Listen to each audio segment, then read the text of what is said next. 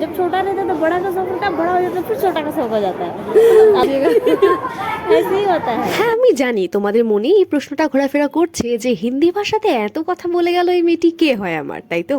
আগে বলে রাখি যে আমি এই যে রেডি হচ্ছি সেটা কিসের জন্য। আমি যাচ্ছি একটা মুভি দেখতে যেটা টাইমিং কিনা 3:25, আর স্টেশনে পৌঁছে আমি 3:14। প্রচণ্ড পরিমাণে ভেতরে একটা প্যালপিটেশন যে ফার্স্ট সিনটা মিস চলে যাবে, কিন্তু এই মেয়েটি আমাকে লাইট ওয়েট করে দিয়েছে। ওর প্রথম সেন্টেন্সটাই ছিল যে আমাকে নাকি শর্ট হেয়ারে ভীষণ কিউট লাগছে। তো thank you so much Shweta for your beautiful compliment. চলো এবার মুভিটা এনজয় করা যাক। অ্যাজ ইউজুয়াল আমি মুভির মধ্যে প্রায় ঢুকে যাচ্ছি, ঠিক ওই মুহূর্তে দেখি টেম্পারেচারটা হঠাৎ করে নেমে গেল, মানে ঠান্ডা লাগছে প্রচণ্ড। তাই কফি আর একটু পপকর্নটা ইন্টারভালে গিয়ে নিয়ে আসলাম এবং তারপর জমিয়ে কিন্তু এনজয় করলাম মুভিটা। আমি আগাগোড়াই action movie, horror movie, suspense মুভির ভক্ত।